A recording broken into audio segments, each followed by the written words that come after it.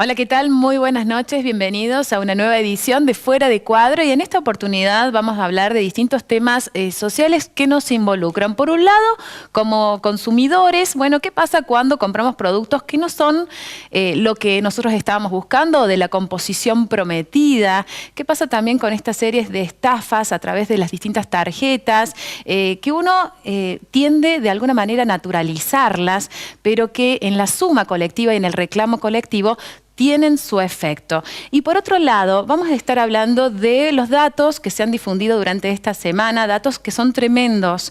A ver, 6 de cada 10 adolescentes están sumidos en la pobreza.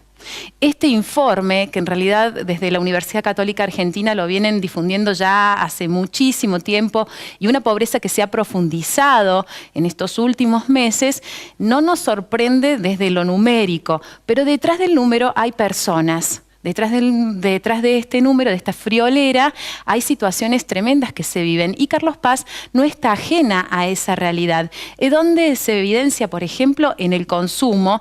Y de esto vamos a estar hablando con el Centro de Almaceneros de la provincia de Córdoba.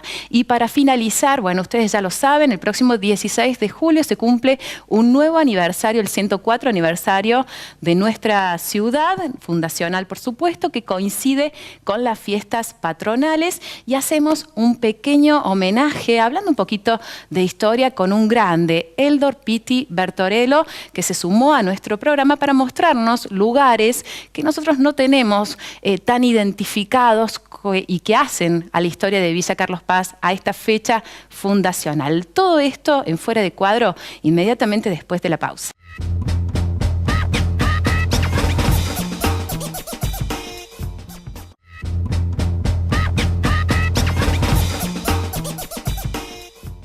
De nuestro programa, y como bien lo anticipáramos al comienzo, vamos a empezar hablando de cuánto sabemos los consumidores respecto de lo que consumimos. ¿Usted alguna vez se detuvo a leer la letra chica de un paquete? ¿Se siente estafado? Bueno, hoy las redes sociales y sobre todo Facebook terminan siendo buenas plataformas para denunciar estas cuestiones que de alguna manera venimos naturalizando. Y es por eso que hemos convocado de la ONG Usuarios y Consumidores Unidos a Victoria Postiguillo, bienvenida, la doctora. Muchas gracias. Y también al doctor Ezequiel Vergara. Buenas noches. Bienvenido y muchas gracias por estar en nuestro programa, un poco para desburrarnos, porque, insisto, ¿no? De alguna manera nosotros los argentinos naturalizamos ciertas situaciones y tendemos a quedarnos en el molde. Así es, hay que instrumentar y llevar a cabo el reclamo a nivel formal, si no, no se va a conseguir ningún tipo de resultado con la queja sola. Bien, ¿ustedes han recibido de alguna manera denuncias de este estilo? Y me refiero puntualmente al consumo cotidiano, ¿no? Esto de que en una situación económica complicada a nivel país, obviamente que hay sectores que son más vulnerables, todos en realidad los sectores y sobre todo los productivos, pero de alguna manera se han ido adaptando y vienen surgiendo estos pequeños engaños, por ejemplo, productos con menos pesos que se venden, productos que están con tal vez adulterados o que no son originalmente lo que se ofrece. Por supuesto, esto entra dentro de la categoría que denominaríamos microestafas. Es decir, microdaños, pero que en realidad muchas veces las empresas perciben por este tipo de estafas o maniobras ganancias muy importantes. Es decir, es muy poquito lo que le sacan a un consumidor en particular, pero es mucho lo que ganan cuando uno ve el balance total. Esto pasa sobre todo en empresas de carácter financiero, telefónicas. No es tan frecuente que el consumidor haga una denuncia o la formalice en casos más pequeños, digamos, de productos de almacén o productos de supermercado. Pero evidentemente es el mismo tipo de caso. Es decir, la empresa obtiene una ganancia de un pequeño perjuicio que le da beneficios millonarios. Así que es muy importante en este caso, y gracias a Internet y a las nuevas tecnologías, esto se puede muchas veces visibilizar, se puede tomar estadísticas más serias y a partir de allí surge, por supuesto, la invitación al consumidor a que formalice el reclamo, porque si no queda el video por ahí en Internet, queda el repudio a una marca determinada, pero no queda en la nada. Y muchas veces lo que hace falta es que la empresa que está realizando una maniobra abusiva para con el consumidor sea sancionada. Ese es un poco el objetivo y el trabajo de nuestra asociación como Asociación de Consumidores consiste en buscar formalizar estos reclamos, canalizarlos y finalmente pedir que se sancione a la empresa por las vías legales, obviamente. Bueno, era como bien mencionado mencionabas, hay cuestiones que son o más invisibles o más cotidianas o menos denunciadas y hay otras que llaman la atención por su impacto directo en el bolsillo, llámese por ejemplo los tarifazos, seguramente ustedes han tenido que trabajar y mucho y quizás ahora también, ¿no es cierto?, con estos incrementos que son tremendos y creo que entre una de las acciones puede ser, ustedes están llamando a controlar la factura, ¿qué significa? Así es, el control de la factura es fundamental. Tanto bancos como telefónicas como las empresas de seguro muchas veces insertan rubros que uno no pidió, que uno no admite de ninguna manera y lo mismo la empresa lo empieza a cobrar y luego se da como una especie de naturalización, como una especie de consentimiento que el consumidor aparentemente por no reclamar se lo entiende que está aceptando esto que le están cobrando, sea un seguro por saldo deudor, sea un gasto de gestión de cobranza que no corresponde que se lo cobren al consumidor, sino que es un gasto del banco, de la telefónica, de todas las empresas que tienen ese gasto incorporado dentro de sus registros. Otro caso muy importante, que el año pasado salió el fallo judicial que le puso freno, fue justamente el tema del gas.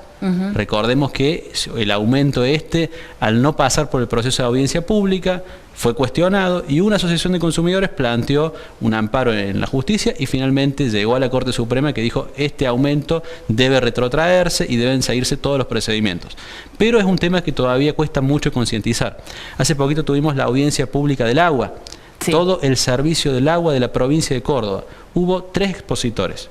El presidente del ente de control, del ARCEP, el representante de la empresa Aguas Cordobesas y nosotros que fuimos en representación de los consumidores, pero no hubo prácticamente público, no hubo otras asociaciones que reclamaran o que se opusieran al aumento. Entonces es importante recalcar que estos temas deben ser difundidos y que el consumidor tiene que también tomar conciencia. Si no toma un poco de participación, esto de ninguna manera puede prosperar. Necesitamos que el consumidor formalice, el consumidor o usuario, ¿no es cierto? Estamos hablando de lo mismo, el consumidor que compra un producto, que utiliza un teléfono, como el usuario que utiliza un servicio público. Bueno, esta depresión de la participación se ve en todos los ámbitos. Nosotros venimos ya tratando en diversos programas, por ejemplo, la participación política, que no necesariamente tiene que ser política partidaria, pero esas instancias de audiencias públicas, ¿no?, donde casualmente el vecino tiene la posibilidad de exponer cuál es su punto de vista. Parece que hay toda una especie de adormecimiento respecto, ¿no?, de la reacción. Pero el poder colectivo tiene una fuerza especial, ¿no, doctora? Así es. Acá lo que siempre falla es el deber de información. ¿Sobre quién pesa ese deber de información? Sobre las empresas. Entonces los usuarios y los consumidores tienen que reclamar que les informen porque es su derecho y están protegidos por la Ley de Defensa del Consumidor, pero lo tienen que reclamar activamente. Bien, hay un caso muy particular y que se viralizó y por eso nosotros nos atrevemos a citarlo y que tiene que ver con un usuario consumidor de yerba. Argentina es una buena consumidora de la yerba mate, pero que descubre en realidad en el contenido de los paquetes que hay mucho polvo, que se le vende que la mitad únicamente de aquello que se consume es utilizable. Bueno, y los invito a compartir esta entrevista porque además hablamos con productores de Misiones para conocer esta otra cara de la realidad.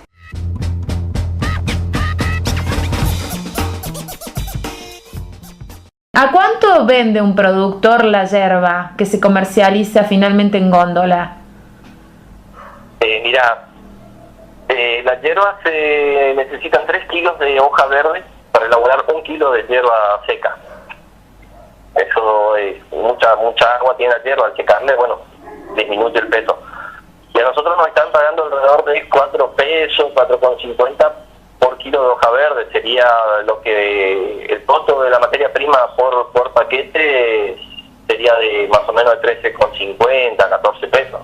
Pero eso prácticamente sería uno de los mejores precios, porque incluso llegan a comprar la hoja verde, en algunos están comprando hasta en 3 pesos, 3,50. Quiere decir que están pagando la materia prima 10 pesos en el paquete de un paquete que están comercializando arriba de los 60 pesos, ¿no? ¿Qué es lo que implica para el productor vender 1 kilo de yerba? Nosotros en Misiones tenemos yerba y té, que son plantas para hacer infusiones, con mate o el té, ¿no? Que son árboles, son arbustos.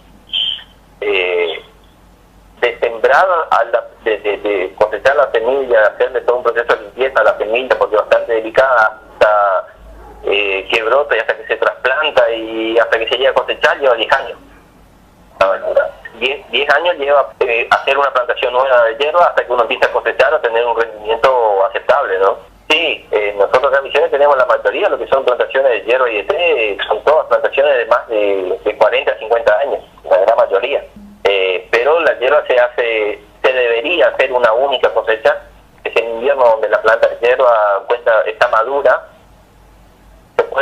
estar en el verano, pero al estar en temporada de brotación, la hierba tiene mucha agua y al elaborar esto queda una hierba muy amarga, queda una hierba muy fuerte, o sea, en lugares donde se toma el mate amargo, esa hierba es intomable, o sea, solo se produce esa hierba para llevar a sectores del país donde se toma dulce.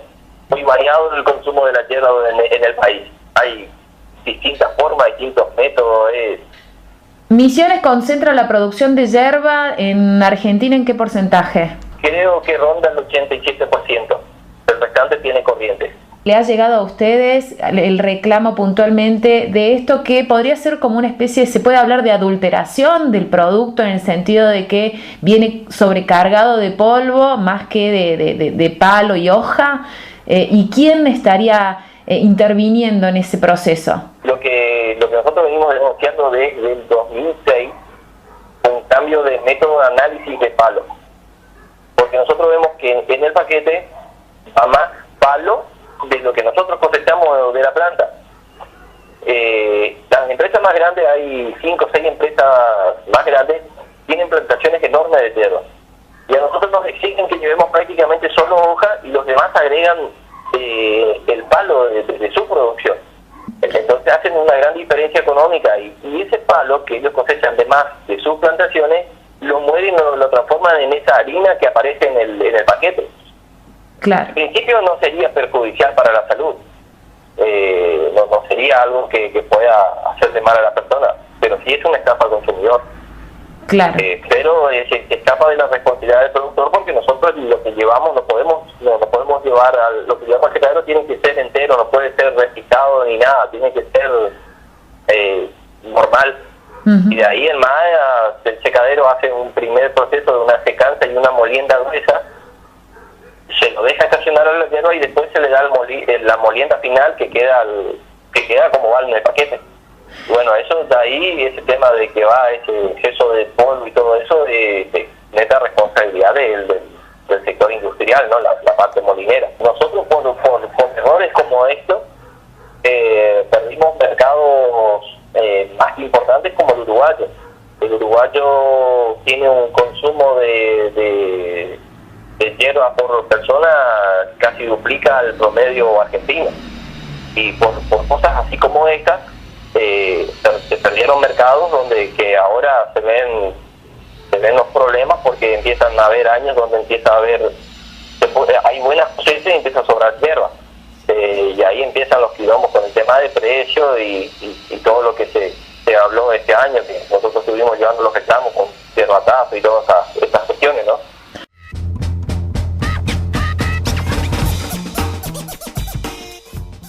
Quien hablaba era el vicepresidente de Productores Agropecuarios de Misiones, a propósito de un video que ya mientras estamos hablando lo vamos a pasar en pantalla y que tiene que ver con este usuario que empieza a sospechar de aquello que consume. Entonces puntualmente con la yerba empieza a colarla y se da cuenta de que la mitad del paquete es utilizable. Lo otro es directamente comer polvo, ¿no? Y lo decía este productor que está del otro lado de la cadena. Hay alguien que se queda con esa ventaja. ¿Qué se puede hacer? Bueno, sin lugar a dudas hay dos caras en principio en un problema como este. La primera tiene que ver con una participación más activa y un consumo más inteligente. Es decir, el consumidor tiene que tener mayor noción de lo que está, valga la redundancia, consumiendo, observar el producto, y si una marca está en definitiva brindando un producto de inferior calidad, dejar de consumirla, o lo que decíamos antes, hacer las denuncias pertinentes para que las autoridades de aplicación puedan intervenir. La segunda parte obviamente pasa por las autoridades de aplicación. Tenemos, por ejemplo, el ANMAT, que es la Autoridad Nacional de Aplicación para este caso, que se ocupa de lo que es los alimentos, las medicinas y las tecnologías de la medicación, que obviamente tiene todos los recursos para analizar si un producto puede causar peligro para la salud, que en la mayoría de los casos interviene de oficio, es decir, no hace falta que hagan la denuncia, pero cuando hay duda o cuando uno puede subestimar si esto causa un daño o no, es óptimo que los consumidores hagan la denuncia. Y después, por supuesto, las autoridades de defensa del consumidor locales, es decir, las direcciones provinciales de defensa del consumidor, que pueden también hacer análisis, enviar a bromatología, hacer peritar estos productos y a partir de ahí comparar los distintos productos del mercado para ver si en algunos casos hay un irrazonable exceso de alguna de sus partes o si el producto no cumple las condiciones básicas. Da la sensación que para el consumidor termina siendo un camino demasiado largo y hasta desgastante. No es el consumidor quien debe tomar todo el proceso, sino ser la primera parte. Es decir, lo que pedimos al consumidor es que se involucre y que formalice una denuncia, porque si no, básicamente es dejarlo todo en manos del Estado. Y evidentemente nuestro Estado en particular tiene preocupaciones bastante más urgentes, con lo cual si lo dejamos en manos del Estado es posible que nunca se hagan estos controles. Obviamente en países con mayor evolución en estos temas, claramente interviene de oficio la autoridad de aplicación. Pero acá es necesario recibir un número importante de denuncias sobre un producto para activar los mecanismos de investigación sobre el producto.